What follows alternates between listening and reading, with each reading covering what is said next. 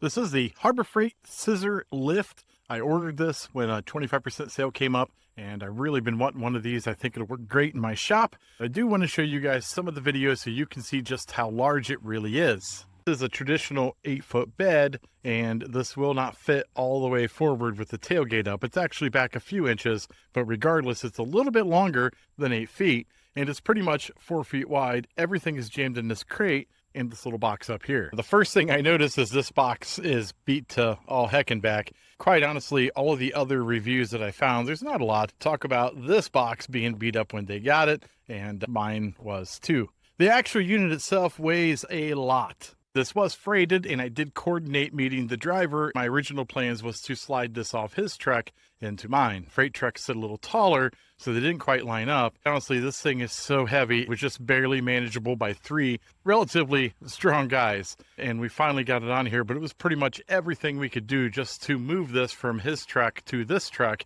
And we did have a pallet jack. It's just so long, the one end wants to fall down and lay on the ground. The pallet jack can't seem to pick that end up.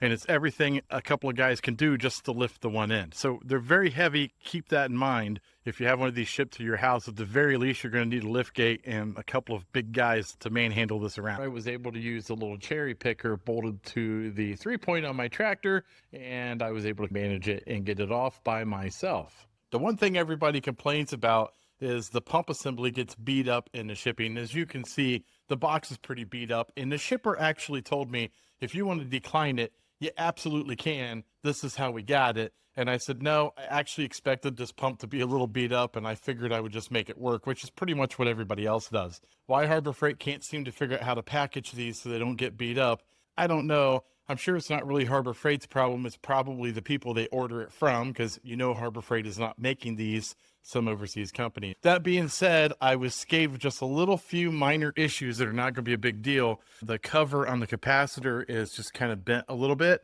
and he's straightened out and bolted back down again. The wheel on the bottom is completely busted. Not a big deal. I can come up with a wheel. The one thing that surprised me is it's gotten wet. You can see some rust down in here. And if you look at the front, you can see some rust up here. Again, it's actually unacceptable for any company to deliver an item like this, but it is Harbor Freight. It was cheap. We're just going to deal with it. I went down to the hardware store and I bought a couple of steel wheels. They fit on. I did have to take the lathe and shorten the shoulders up on them, clean them up a bit. They fit fine, and it does allow me to move this whole contraption around, albeit it's a bit difficult. It's been a few days since I've actually been able to spend some time and set this unit up. I do have it in a garage orientated in the right direction. And I will say that I have it kind of temporary wired into 220. As you can see, I did buy some decent quality hydraulic fluid for it, and let's test it out. Now, I do know there's a problem, but I want you guys to watch it, and maybe you can listen and hear what's going on. So the way this works is there is a push button, and then there is a valve. The valve is a relief valve. That lets it down. Push button turns it on and pumps it up. It's not very loud. Everything is relatively smooth going.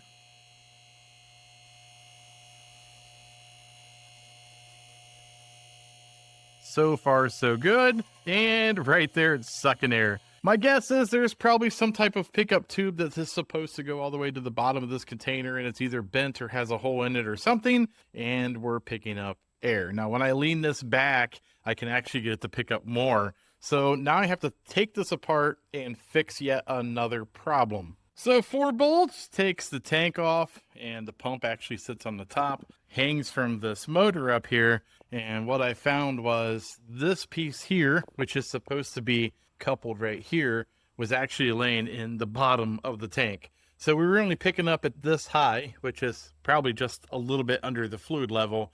And once the machine would pick up a little bit, it started sucking air, which we could hear, and that's why it couldn't pick up. That was literally just a compression style fitting. It had a little ferrule in it. The ferrule hadn't been crushed. So either somebody didn't torque the nut down properly and it just slid out over time, or they forgot to tighten the nut down. So it was just a matter of putting it back together and tightening the nut down. It should be good to go now. We'll put it all together and give it another test. Okay, everything's back together, and let's give this a shot and see how well it works.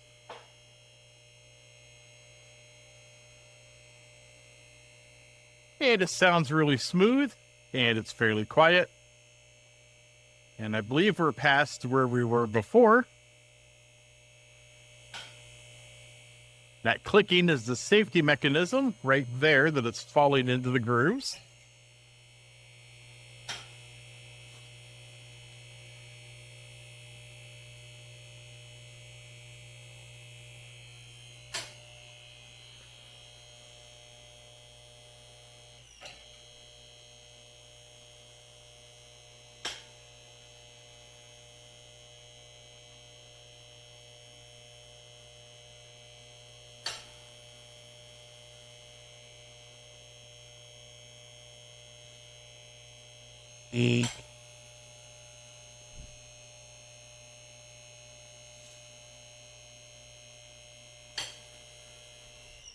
Okay, that's it. Fully extended position. The deck height, as you can see, is just a little bit above 52 inches, and the height to the bottom of the pad is right around 55.5 inches. As with all lifts, this lift does have a locking mechanism. It is controlled by what appears to be a brake handle from a bicycle, and what it does is it drops a pretty hefty hunk of metal down in these slots, which prevents it from falling down, just like a jack stand. Now, there are 7 positions.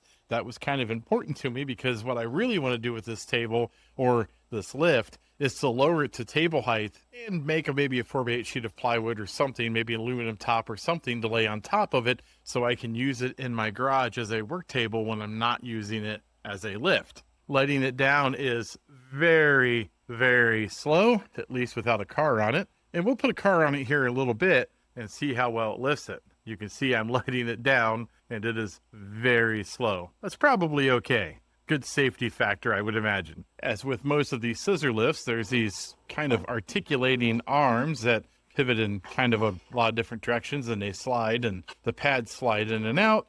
Just makes it a little easier to find a spot under your car, a lift point to lift it safe. I've seen a lot of people test this lift with smaller vehicles. This is a full-size car. It's a town car. It does have a full frame, and I will say that the clearance was still a little tight. There was only about a 1/4 inch between the top of the jack and the bottom of the car. Now, the town car does sit relatively low compared to older town cars, but I imagine if you had a newer vehicle that set low, you might have to drive it upon some planks. I did see one video where a guy laid 2x6s on each side. He drove the car on top of the 2x6s, and that gave him the clearance he needed. But first glance is it's pretty tight, even for a town car. Well, let's go ahead and lift this car and see how well it does. No guts, no glory. Well, let's see how strong these welds are.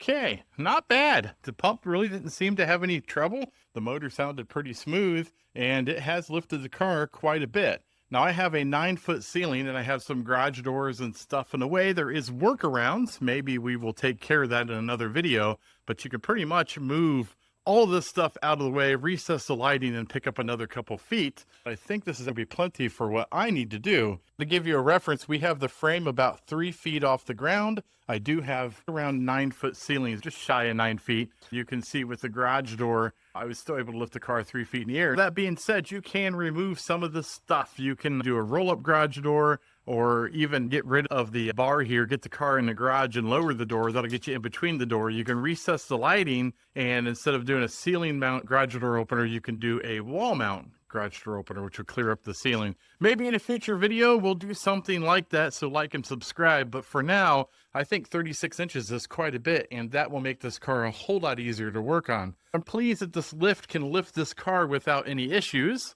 Now let's go ahead and let the car down. It does go down a little bit faster with a lot of weight on it, and that was to be expected.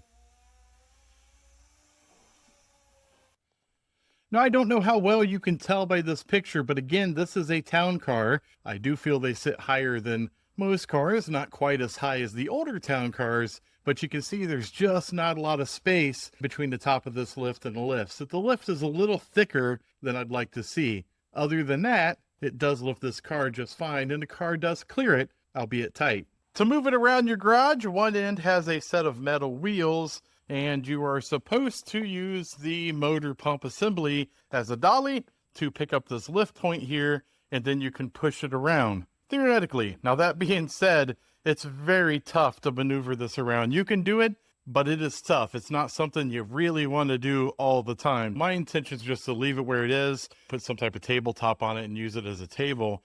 Unless I need a car on, I'll take the table off and drive the car on. The bottom line, and I'm sure everybody's asking, is it worth the money? Well, I'm going to say that I had a 25% coupon off, which took $400 right off the top. That made it extremely competitive, and actually I couldn't find another lift this cheap on the market. It is pretty cheap, and it does its job. That being said, I had a problem with this. And if you do a little bit digging around, a lot of people end up with problems with these. They're mainly shipping related. Sometimes this is busted, the switch is busted off, the capacitor's knocked off. And as we've seen with mine, the pickup tube had fallen off into the tub, so I had to take it apart and fix that. And then also the top was beat up a little bit on the capacitor cover, and I was able to fix it. One of the wheel was broken, so I had to put another wheel on it. I didn't put a lot of money into it, a little bit of time. I'm going to say it's worth it, but I do think Harbor Freight could do a better job packaging this guy up. I'm pleased with the purchase. The welds look really good on my particular unit. But that being said, if you look online, you look at some of the other people's lifts, their welds can be a little sketchy. I wasn't concerned about it. I would just weld them back up if it was me. But if you're not comfortable with welding, you certainly don't want to do that. You should be able to rely on the manufacturer's welds. That's pretty much all I got for this review. If you like these types of videos, please like and subscribe. I do a lot of build-it-yourself type videos. I make a lot of cool gadgets and things, so take a look at my channel. You might find a video you yourself might like or want to build, and please like and subscribe.